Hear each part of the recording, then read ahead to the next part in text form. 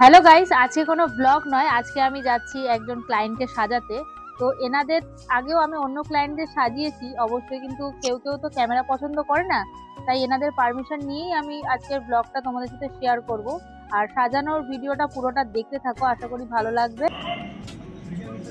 Guys খুব ব্যস্ত আমি আজকে, তোমরা জাস্ট ভিডিওটা দেখতে থাকো, পরে কথা হবে। তো আমি ফার্স্টে আমার হেয়ারের কাজটা শুরু করে দিলাম। ক্রিম্পিংটা যেহেতু করতে অনেকক্ষণ টাইম লাগে গাইস, তাই আমি ক্রিম্পিংটা স্টার্ট করে দিলাম।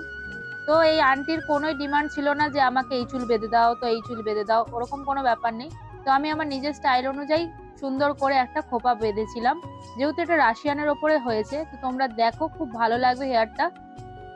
ক্রিম্পিং করার সময় এত আন্টিটা ভয় পাচ্ছিল কি বলবো আর।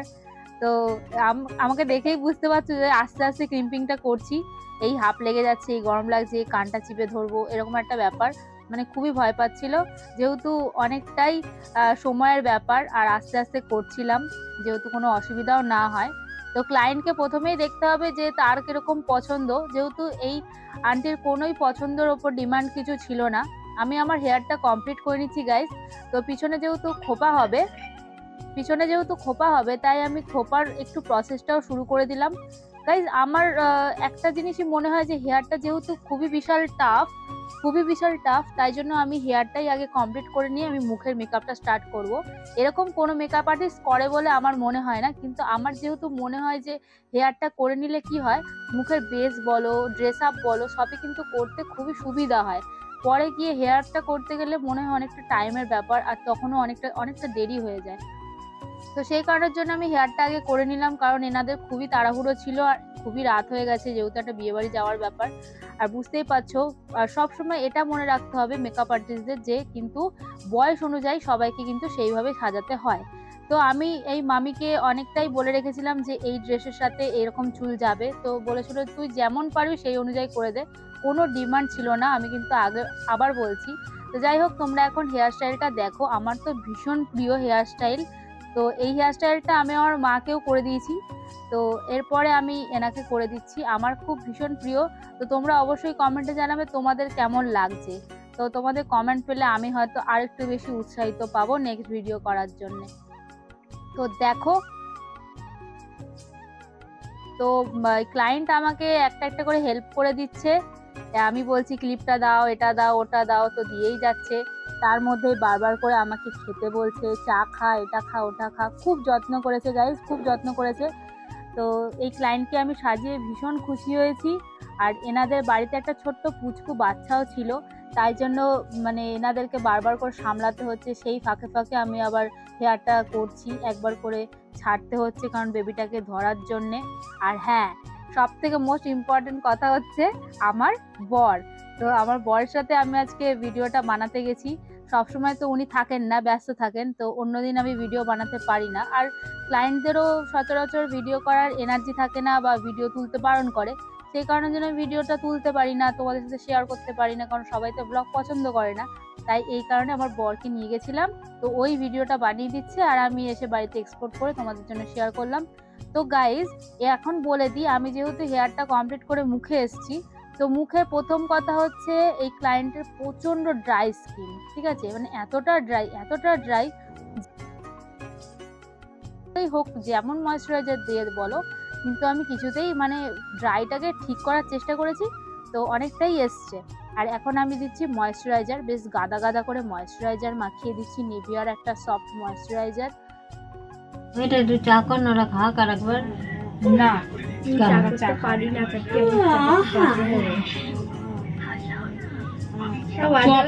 চপই খাবো আসুক তো।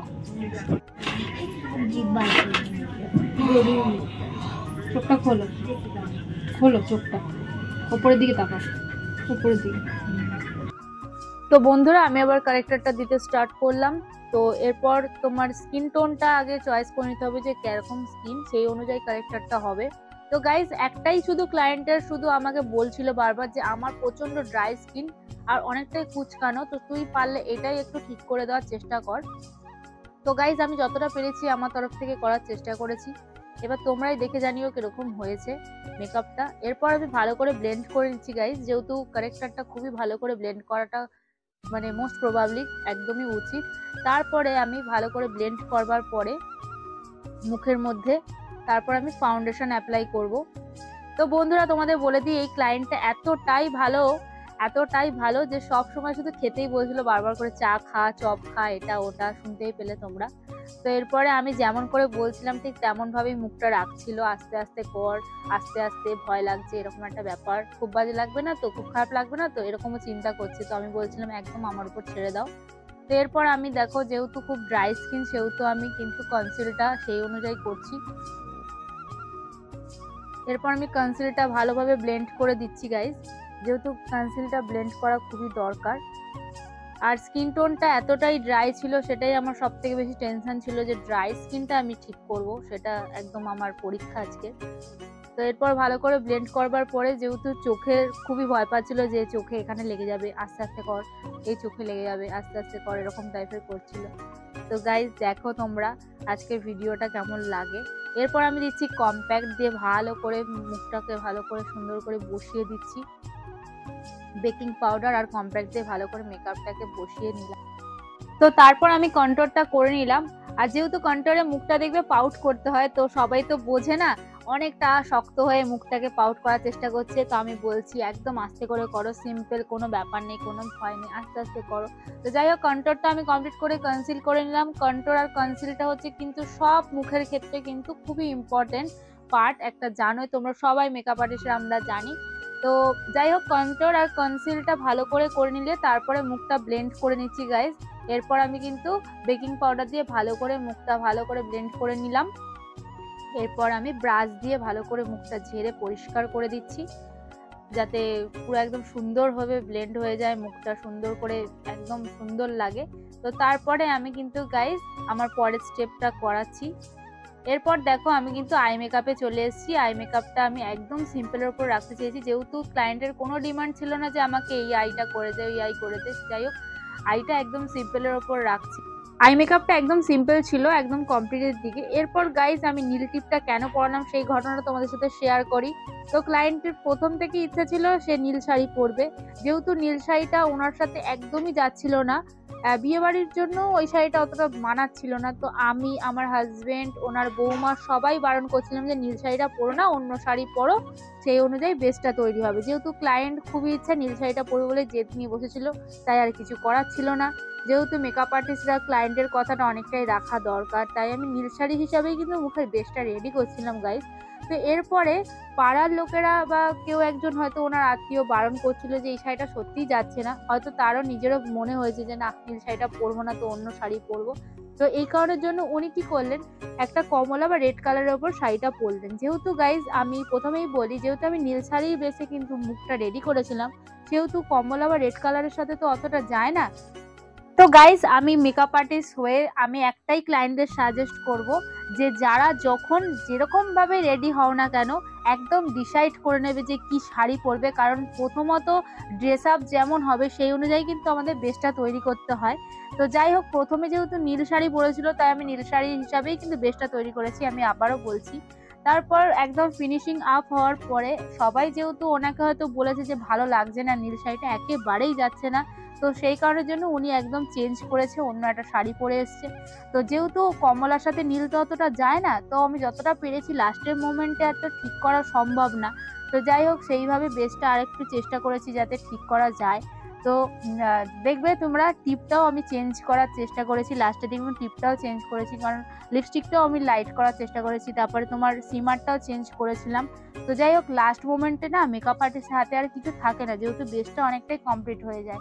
তাই তোমরা যখনই কারোর কাছে সাজবে কেন তখনই কিন্তু ড্রেস আপটা একদম ফুলফিল ফাইনাল করে নেবে যে আমি এই ড্রেসটাই পরবো, কারণ মেকআপ আর্টিস্টরা ড্রেস দেখেই ঠিক করে কিরকম কি ড্রেস তৈরি করবে। এরপর আমি দিচ্ছি হাইলাইটারটা দিলাম, প্রথম ফিক্সার দিয়ে নেওয়ার পর হাইলাইটারটা দিয়ে একদম মেকআপটা স্টপ করলাম।